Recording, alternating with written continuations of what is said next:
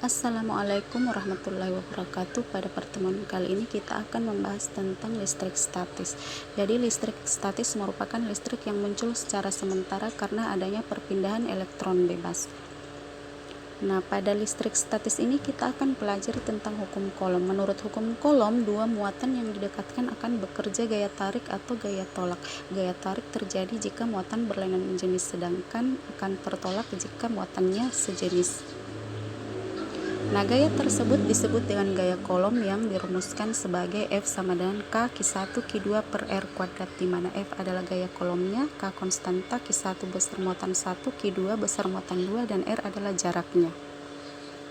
Nah, kemudian kita akan belajar tentang kuat medan listrik. Nah, medan listrik ini merupakan daerah di sekitar muatan yang merasakan pengaruh gaya Coulomb, sedangkan besarnya medan listrik disebut kuat medan, yang dirumuskan sebagai E sama dengan F per Q, di mana atau bisa juga E sama dengan K Q per R kuadrat, di mana E kuat medan listrik, Q muatan listrik, dan R adalah jaraknya.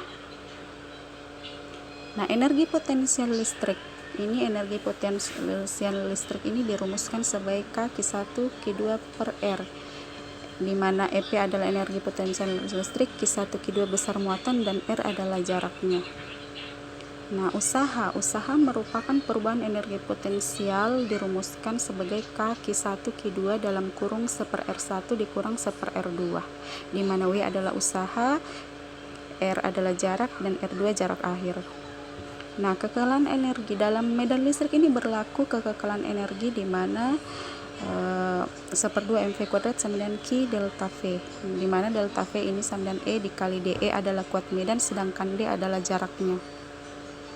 Nah, potensial listrik ini merupakan besarnya energi yang dimiliki muatan sebesar 1 Coulomb, dirumuskan sebagai V sama dengan EP per Q atau V sama dengan K Q per R.